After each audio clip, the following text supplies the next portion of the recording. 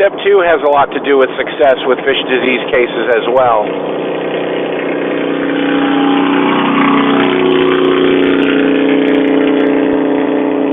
You ever wonder why people ride on vomit cycles like that? Just as noisy as they can be for no reason. Anyway, sorry. Never really understood that. Did you know that the Harley-Davidson made that much noise because it was a poorly engineered motorcycle? And it made a lot of noise because it had a problem with misfire inside the engine. But people fell in love with it because they liked that large and in-charge sound. And so Harley had to engineer a way, with a well-running engine, had to engineer a way to make that sound. Let's get started.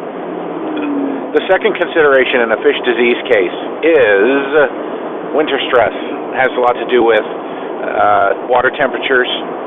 If the fish are in winter stress, which means that they've been without food for a while because it's winter and they're not eating a lot, or the water temperature is very cold,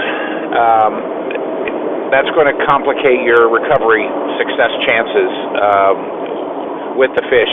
If they are currently very cold, their immune system is on hiatus. The first video before this one talks about handling stress, shutting down the immune system. Well, if they're handled and their stress situation is very, very high, and they're in ice cold water for the winter, this is going to be challenging. You're going to have to be very good to make a big difference to these fish, but we'll get you through it. So, item number 2 to check off basically is winter stress and whether or not the fish are experiencing that, and if so, some consideration maybe possibly to taking a fish and getting it into a slightly warmer environment.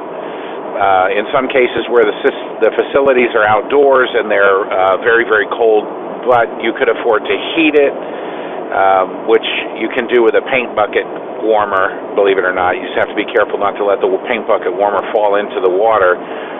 But you can warm a small holding facility up, but you really don't want to do that much more than 10 degrees over the course of an entire day.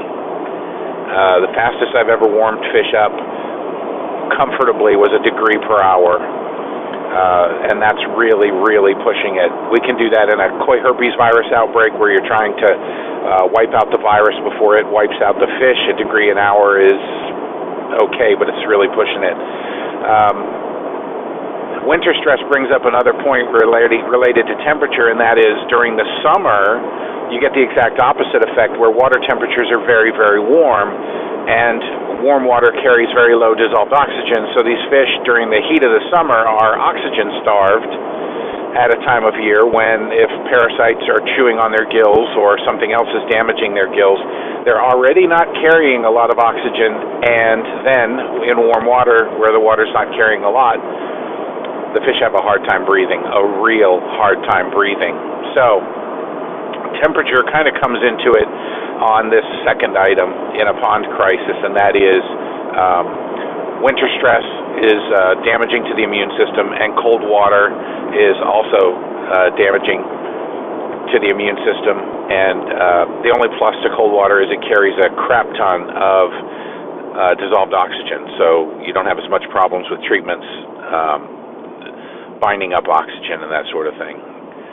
So the second item then is winter stress and how that complicates the recovery of your fish. What can you do about it? Maybe gentle heating on some fish that you really care about. Let's move on to the third consideration in a pond disease outbreak.